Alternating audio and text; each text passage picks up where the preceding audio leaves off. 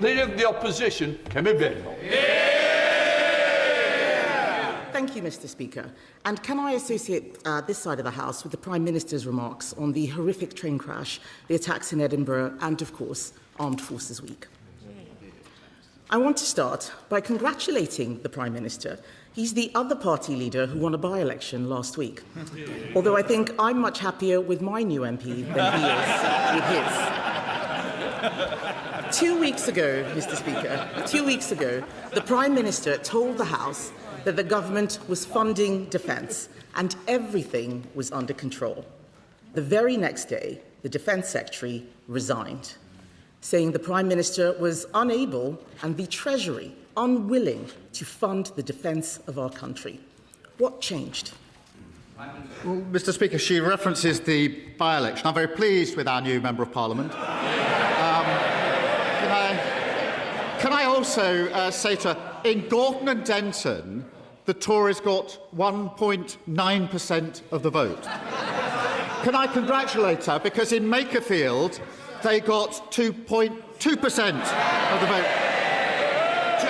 Just edging past Count Binface. She says they're winning everywhere. At that rate, it'll take them 500 years to get back into power. Mr. Speaker, meanwhile, back on these benches, we've delivered the biggest sustained boost to defence spending since the 1980s. That's £270 billion over this Parliament. That, Mr. Speaker, is a record. The Defence Investment Plan will take that even higher. That's about facing the future. We'll finalise the plan with the Defence Secretary and we'll have it published before the NATO summit. Mr. Speaker, I think the Prime Minister forgot to mention that in Aberdeen South we got 50%. And he says that he's funding defence. The truth is, he wouldn't be in this mess if his Chancellor had found money for the Defence Investment Plan. The Prime Minister gave her the second most important job in Britain. She was the first female Chancellor. She lives next door to him, but wouldn't even come out to stand by him during his resignation speech. She was too busy getting ready for a selfie with the new leader. Does the Prime Minister feel let down by his Chancellor? This is the Chancellor who ended austerity inflicted on our country for 14 long years. This is the Chancellor who got the economy growing, Mr. Speaker. She doesn't normally want to talk about the economy. That's because in the first quarter of this year, the UK had the fastest growing economy in the G7. Our growth was upgraded by the IMF and the OECD.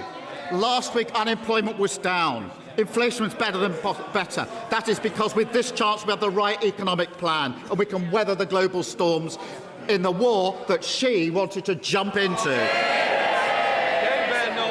Mr. Speaker, they're cheering so loudly. If it's all going so fine, why is he resigning? The fact is, she did let him down. She's the one who snatched the winter fuel payments. She's the one who announced a disastrous budget that killed economic growth. And because of her, once again, a Labour Prime Minister is leaving office with unemployment higher than when he came in. But the Chancellor isn't the only person who let him down. The Energy Secretary is putting up bills and killing jobs. He's not here, is he? He was a failed Labour leader, rejected by the electorate, brought back from the wilderness by this man, and when the going got tough, he jumped into bed with the Mayor of Manchester. It's not the first time he's betrayed someone close to him, is it? But does the Prime Minister think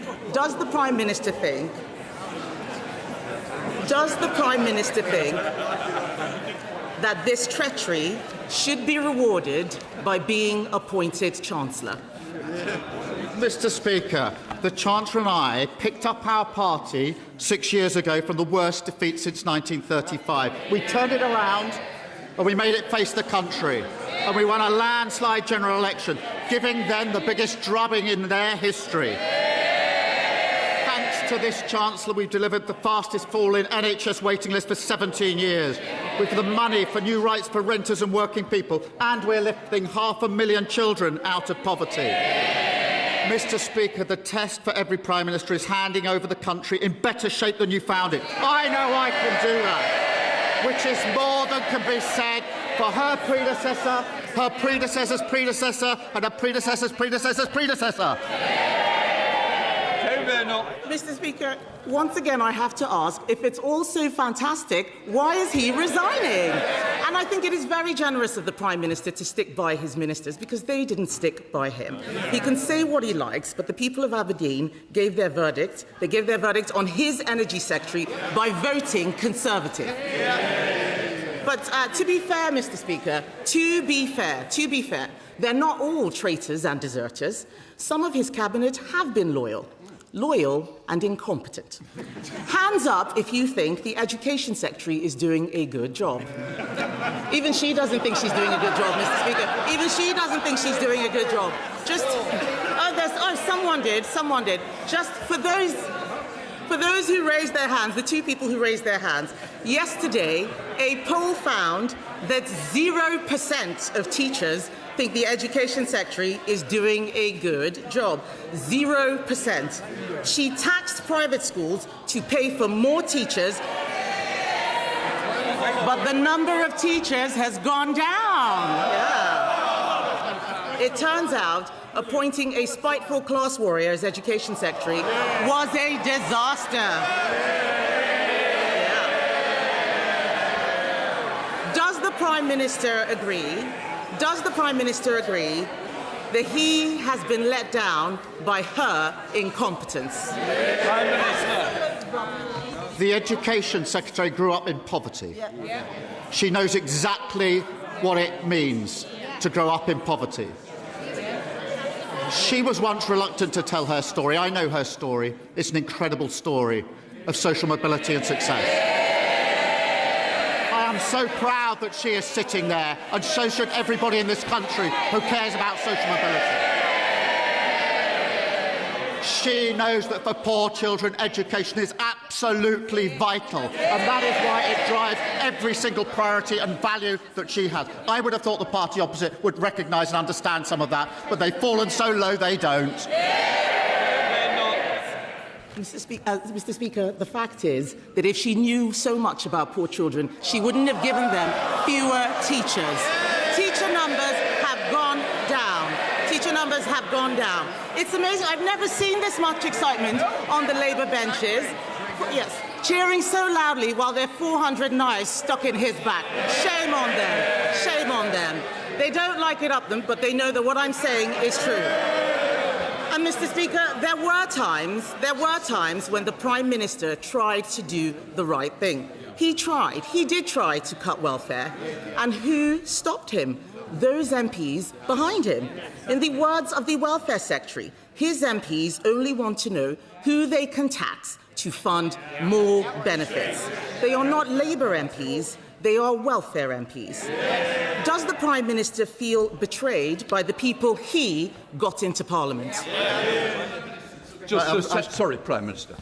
Can I just say, let us think about the language we're using. I think that'll be the first to leave, please. Can I just say, think about the language we're using, because when we leave this chamber, don't be surprised when constituents feel they can use the same language against each other. Let us show a little bit more decorum and respect to each other. Prime Minister.